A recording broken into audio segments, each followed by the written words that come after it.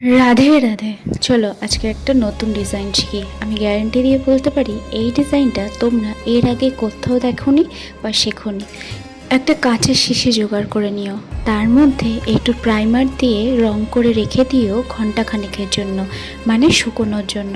তারপরে ক্লেটাকে একসাথে মিশিয়ে নিও সমান পরিমাণে, হাতে কিছুটা পাউডার দিয়ে ভালো করে মাখিয়ে নিও। যতক্ষণ না ক্লেটা পুরো সাদা হচ্ছে ততক্ষণ তোমাকে আটার মতো মেখে যেতে হবে। এবার চলো দুই ভাই বোন আঁকা যাক।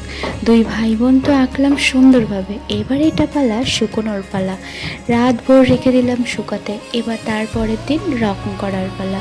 এবার রং ভরছি আমার ইচ্ছা মতো, তোমরা তোমাদের ইচ্ছা মতো রং করো, শুধু দেখো রংটা যেন একে অপরের সাথে ম্যাচ খায়।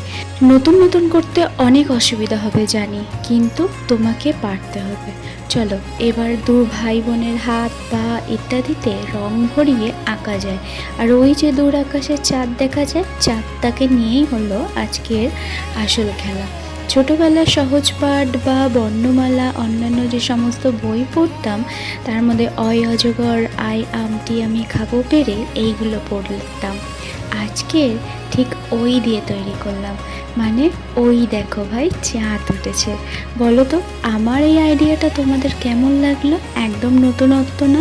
চাঁদগুলোর গায়ে ফোঁটা ফোঁটা করে হলুদ দাগ দিলাম। যেদিকে আমরা আকাশে তাকাই সেদিকেই তো চাঁদ দেখতে পাই, তাই জন্যই কোনো না কোনো রকমভাবে এইরকম একটা আইডিয়া বের করা। তোমরা জানো তোমাদের আইডিয়াটা ঠিক কেমন লাগলো?